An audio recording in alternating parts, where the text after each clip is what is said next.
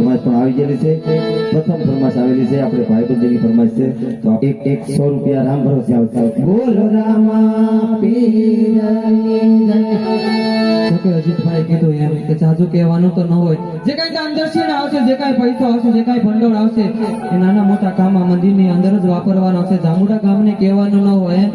અને ફરમાશના દોર તરફ પણ આગળ જવું છે, પણ એ પહેલા માં ભગવતીને યાદ કરી લઈ, શુભ શરૂઆત કરીએ અને પછી ફરમાશની દોર તરફ આગળ જઈએ।